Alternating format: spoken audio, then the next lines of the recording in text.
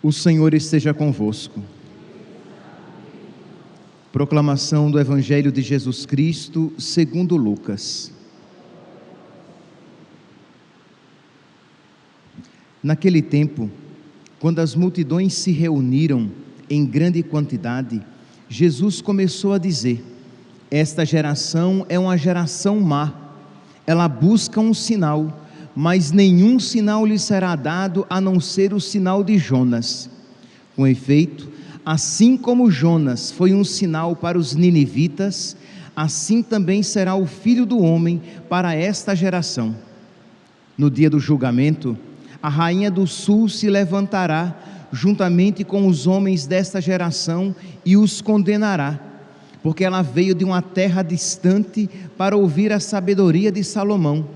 E aqui está quem é maior do que Salomão.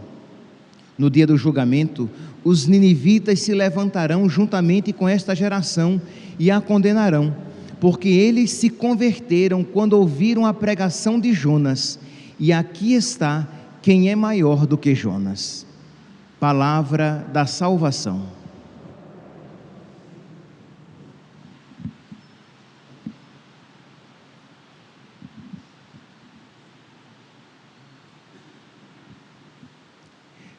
Caríssimos irmãos e irmãs, a liturgia da palavra de hoje nos dá a ocasião de nós refletirmos sobre o dom do arrependimento, a graça do arrependimento. Diz aqui, no Evangelho de hoje, que Jesus olha para aqueles que estão ali diante dele e faz uma repreensão séria. Diz: esta geração é uma geração má. Eles buscam um sinal, isto é, eles querem ver milagres, eles querem ver portentos, mas eles não querem se converter de fato. Jesus já havia realizado alguns milagres, mas mesmo assim eles continuam resistentes. Então Jesus, vendo o coração deles e vendo a pouca disposição em mudar de vida, diz: essa geração só quer ver sinais, não quer se converter de fato. Mas nenhum sinal será dado a não ser o sinal de Jonas. E aí Jesus fala a respeito de Jonas e diz que no dia do julgamento a rainha do sul se levantará e condenará esta geração. E aí nós nos perguntamos: mas a quem é que Jesus está se referindo quando diz que os ninivitas e a rainha do sul condenarão esta geração que não quer se converter, que quer ver apenas sinais?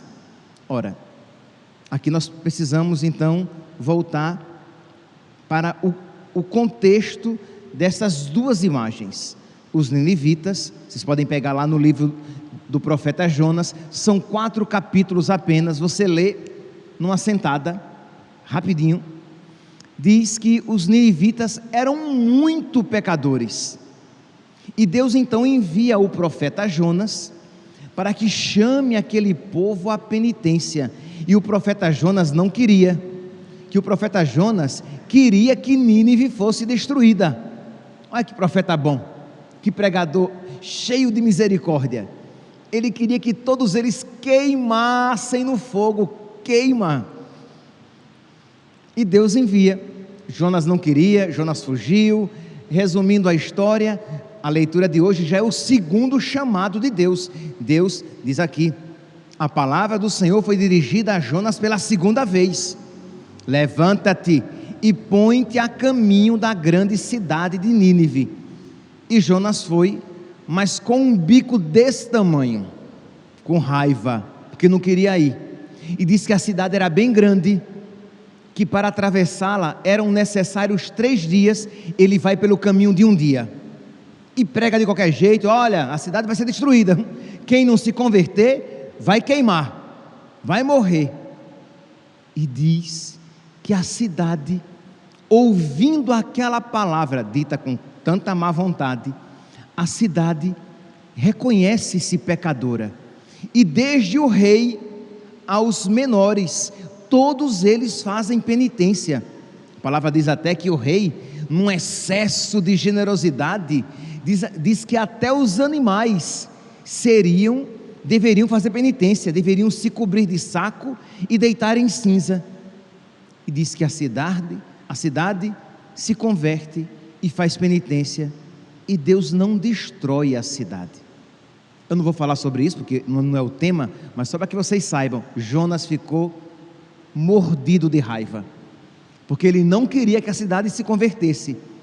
Ele vai depois dizer: olha, Senhor, pode me matar então, porque essa minha vida não vale a pena ser vivida, porque ele queria ver a cidade queimar. Mas deixa quieto, o tema hoje não é esse. Então aqui o foco é Nínive. Diante daquela pregação, repito, feita de má vontade, Nínive se reconhece pecadora, bate no peito, faz penitência, se arrepende e vive. A rainha do sul, diz a palavra de Deus, que uma rainha, ela ouve falar de um rei, Salomão, que era muito sábio, e diz então que esta rainha foi humilde o suficiente, porque ela poderia dizer: eu sou uma rainha também, mas ela foi humilde e sai do seu reinado, da sua região, e vai até o encontro de Salomão, porque ela quer ouvir a sabedoria daquele homem, e se deixa tocar pela sabedoria, que no fundo era a sabedoria de Deus. Então a sua humildade fez com que ela se reconhecesse aquilo que diz a palavra de Deus lá no livro do Apocalipse: eu sou pobre, cego e nu. Ela reconheceu que ela era pobre, que ela era carente, que ela necessitava de algo maior, e ela vai então à procura da sabedoria na pessoa de Salomão. Meus irmãos, nós estamos entrando no tempo da quaresma, nós já estamos, nesta primeira semana da quaresma, e para que nós vivamos bem o tempo da quaresma, tempo de oração, tempo de penitência, tempo de caridade, nós precisamos nos reconhecer doentes, necessitados de uma quarentena. Só faz quarentena quem se reconhece doente. Se uma pessoa diz: não, eu estou saudável, eu não tenho doença nenhuma, eu não preciso fazer quarentena. Mas se ele se sabe doente, pobre, cego e nu, se ele se sabe tocado pela miséria, pela desgraça do pecado, ele sabe que precisa fazer quarentena, quaresma, este tempo em que nós vamos buscar mais intensamente os remédios que Deus nos propõe. Isso eu disse, tenho uma forte impressão que eu disse já no início, na quarta-feira de cinzas. Se nós não formos humildes e não nos reconhecermos necessitados de Deus, se nós não formos humildes e não nos reconhecermos pecadores, merecedores do inferno, egoístas, nós não iremos nos converter, porque nós não iremos suplicar a misericórdia de Deus.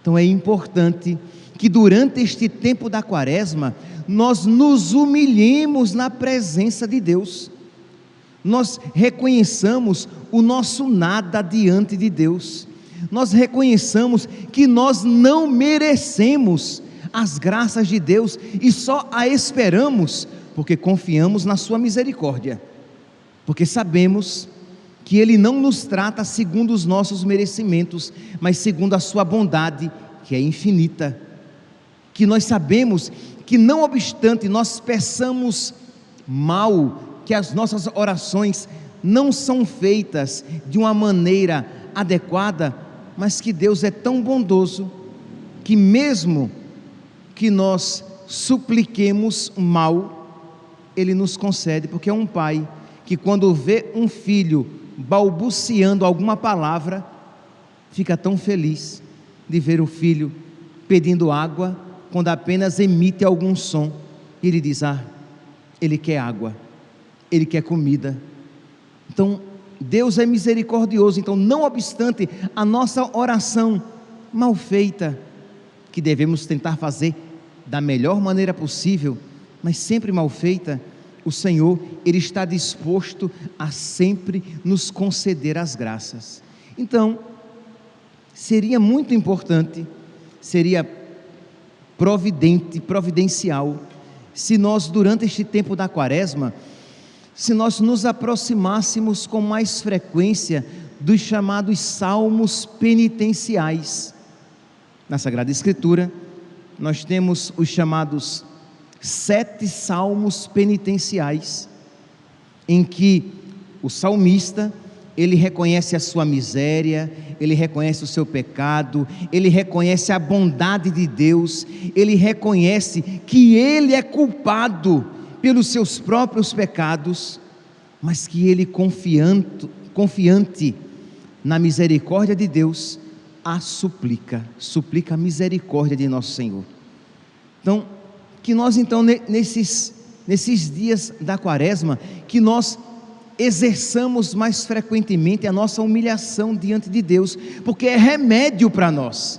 Se nós nos humilharmos diante de Deus, e se nos humilharmos cada vez com mais verdade, cada vez o nosso coração expressando, correspondendo com aquilo que a nossa boca fala, isto é, quando eu disser: tende piedade, ó meu Deus, misericórdia, na imensidão do vosso amor purificai-me, lavai-me todo inteiro do pecado e apagai completamente a minha culpa. Quando isso eu rezar, mas rezar de coração, eu estarei de verdade suplicando a misericórdia de Deus.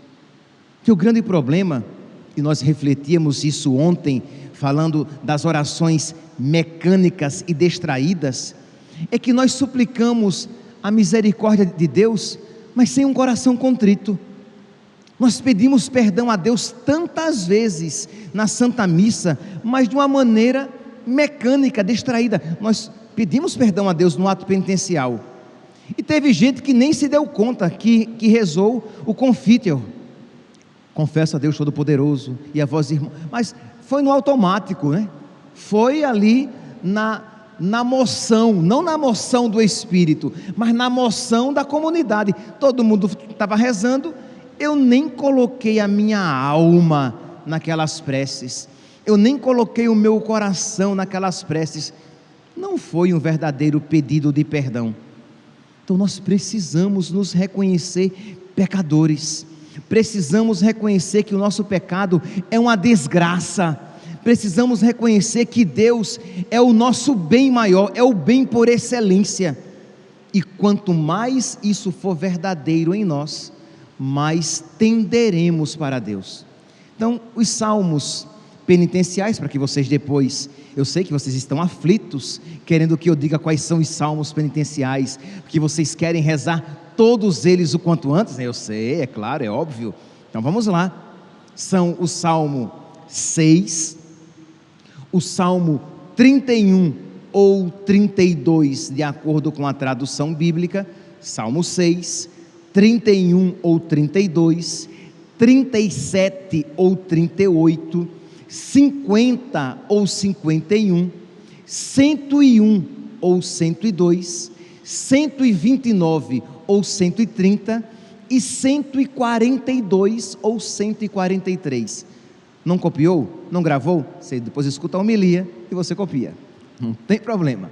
Muito bem, estes são os salmos, e eu gostaria então de ler um trechinho de alguns deles, para que eles já despertem em nós esse desejo de reconhecer esse pecador. Meus santos, eu estou batendo nesta tecla, porque infelizmente não é óbvio que os cristãos católicos, que vocês que estão aqui nesta igreja, sentados aqui nos bancos desta igreja, que vocês de verdade se reconheçam pecadores, que vocês de verdade se reconheçam não merecedores das graças de Deus, que vocês de verdade reconheçam que vocês merecem, que nós merecemos o inferno, que vocês de verdade reconheçam aqueles que vão entrar na fila da comunhão, não obstante estejam em estado de graça, e devem estar, mesmo assim não merecedores de receber o corpo, sangue, alma e divindade de nosso Senhor. A certeza de fé interior de que nós não merecemos estar presentes na Santa Missa. Nós vamos assim para a Santa Missa como se fosse a coisa mais banal, mais corriqueira. Nós vamos participar do santo sacrifício da missa. Nós vamos participar, nós estamos participando, do sacrifício redentor de nosso Senhor. E nós vamos como vamos para o shopping. E olhe lá que às vezes vamos com mais disposições para o shopping do que para a missa, porque eu estou acostumado. Mas se eu soubesse, se eu tivesse consciência da minha miserabilidade e da grandeza de Deus, eu iria para a Santa Missa com toda a reverência, porque eu sei que eu não mereço que o santo sacrifício, que o milagre eucarístico aconteça diante dos meus olhos, de que o pão e o vinho se transubstanciem diante dos meus olhos, se tornem corpo, sangue, alma e divindade. Eu não mereço participar da Santa Missa. Então isso precisa despertar nos nossos corações, porque a ação de graças, a gratidão para com Deus brotará também.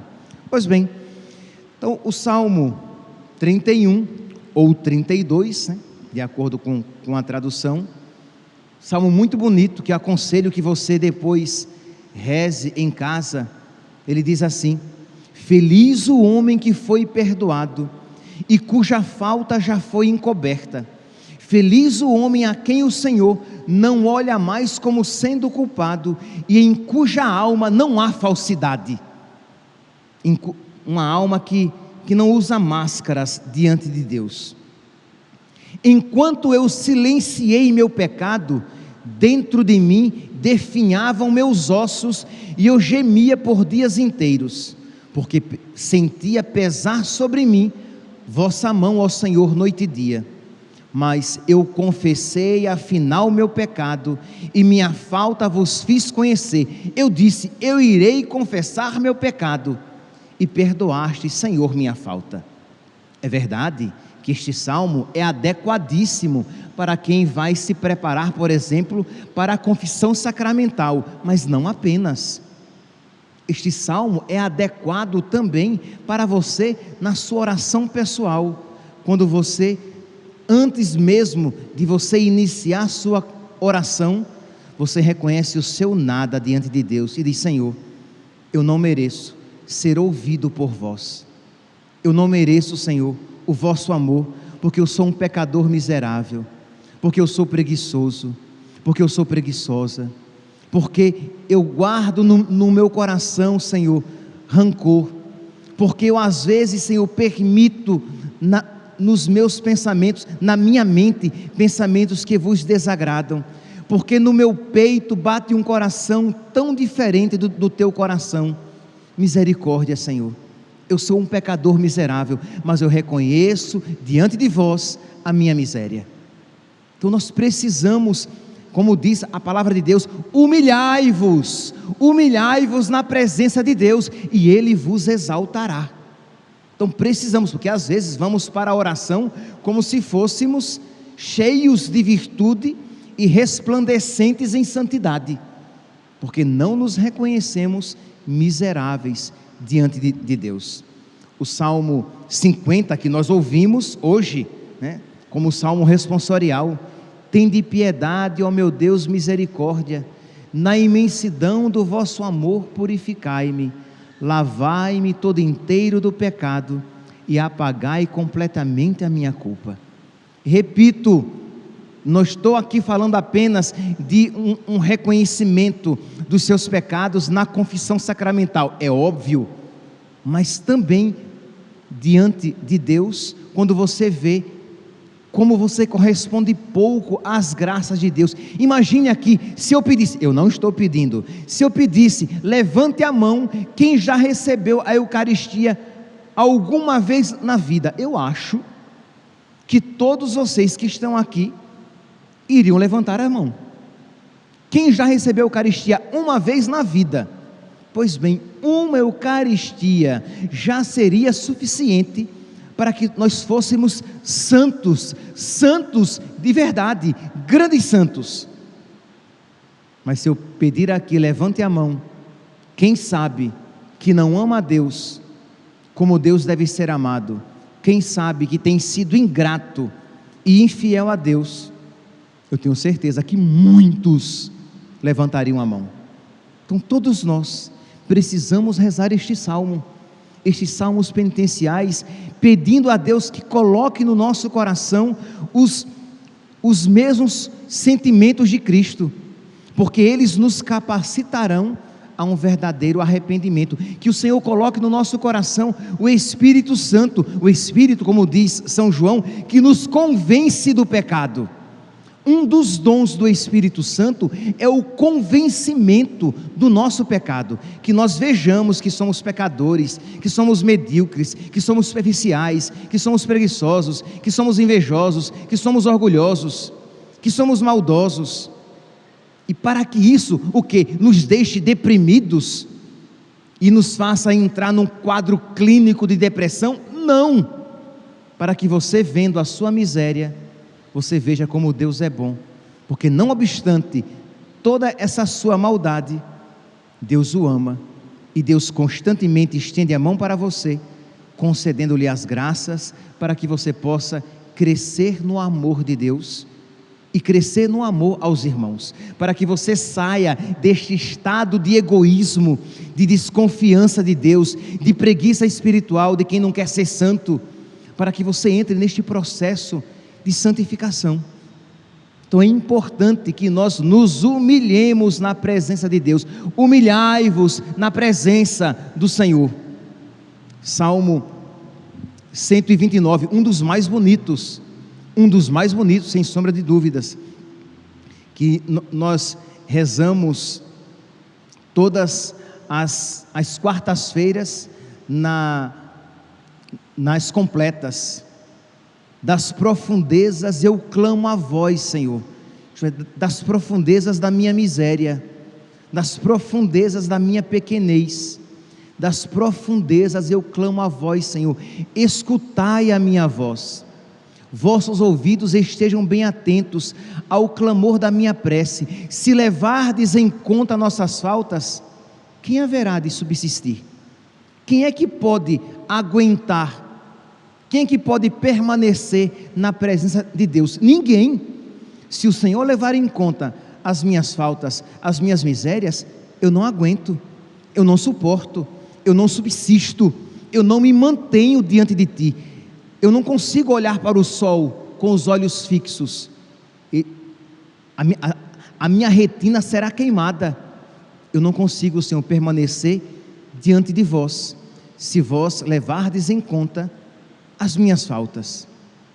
Mas em vós se encontra o perdão. Eu vos temo e em vós espero.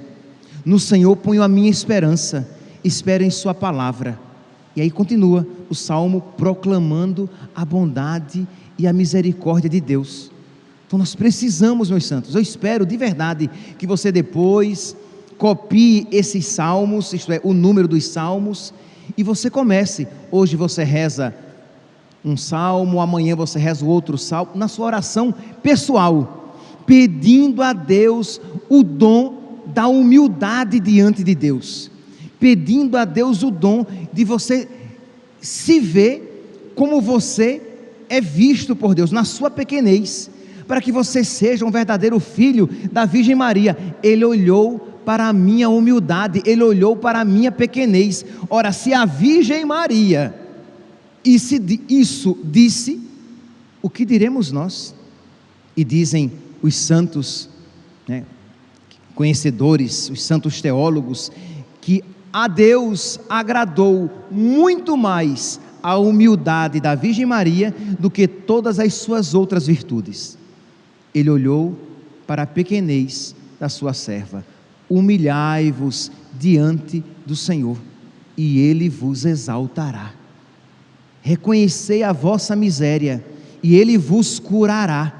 Reconhecer as vossas doenças, e Ele derramará o óleo do Espírito para curar as nossas misérias. Mas se você não reconhece a sua doença, o Senhor, se nos conceder mais graças, mais orgulhosos nos tornaremos.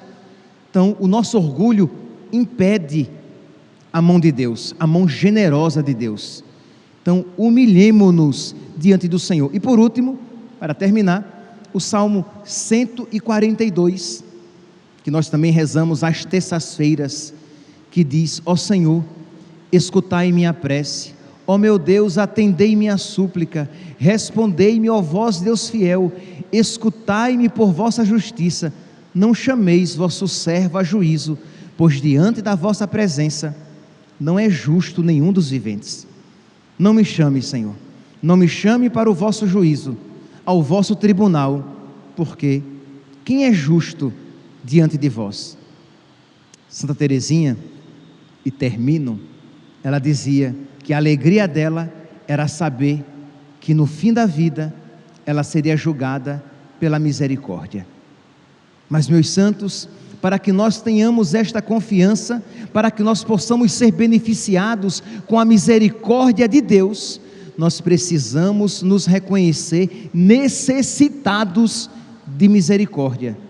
Isso nos abrirá à graça da misericórdia de Deus e nos abrirá a conceder misericórdia aos nossos irmãos. Que Deus nos conceda a graça da humildade, para que nós aprendamos a cada dia nos humilhar na presença do Senhor. Louvado seja nosso Senhor Jesus Cristo, para sempre seja louvado.